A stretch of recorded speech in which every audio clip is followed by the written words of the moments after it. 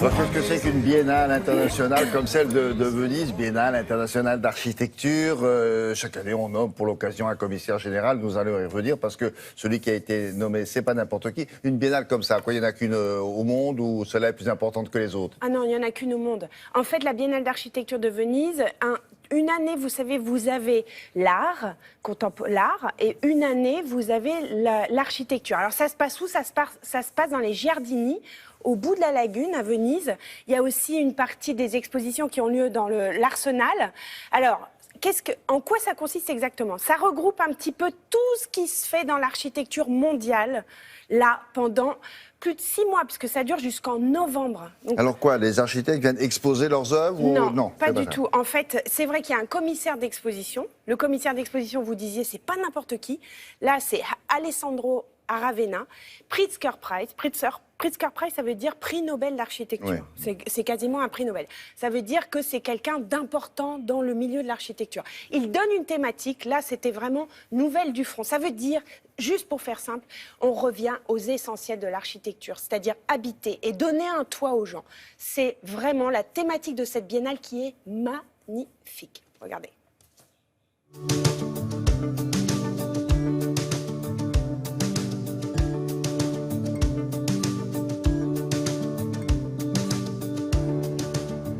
Nous sommes ici non pas pour l'avancement de l'architecture, mais pour l'amélioration de la qualité de vie des gens.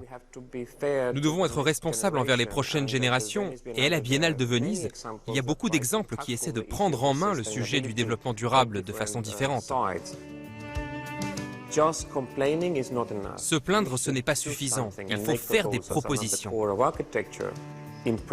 Le rôle de l'architecture, c'est d'organiser toutes les formes qui font des propositions.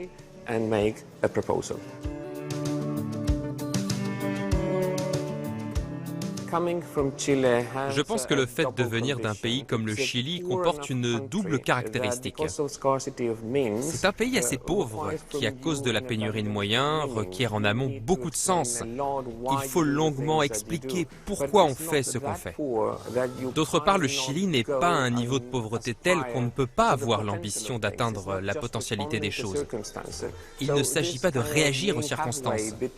Ce genre de compromis entre les pays riches et le tiers-monde, c'est l'approche avec laquelle nous devons expérimenter en architecture.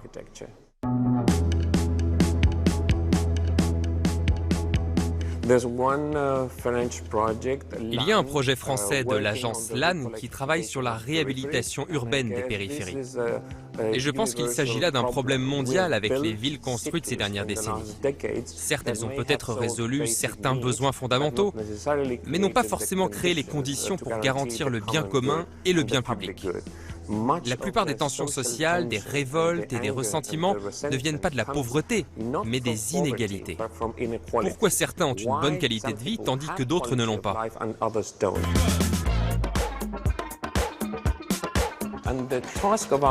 Le rôle de l'architecture n'est pas de choisir entre le fait d'être artistique ou d'être fonctionnel, mais de combiner les deux. Plus le défi est complexe, plus fort est le besoin de synthèse. Si jamais l'architecture avait un pouvoir, c'est bien celui de la synthèse. Mon rêve est d'essayer de vivre dans le présent et non dans le futur.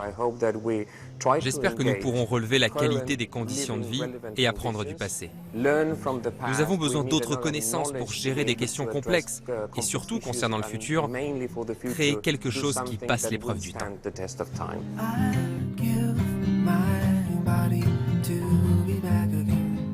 Alors, c'est pas par atelier, c'est pas par architecte, c'est par pays, en fait? Oui, c'est par pays, exactement. Il y a des pays qui, chaque biennale, sont là, et il y a des pays invités qui créent des pavillons pour l'occasion. Et on voit des choses qui ont un rapport avec le thème décidé par... Exactement, par donc Aravena, là. Allez-y, hein, si vous pouvez. Pardon? Je dis allez-y si vous pouvez. Oui, si vous passez par là, comme on dit à la télé. La météo maintenant avec Nathalie Riouet.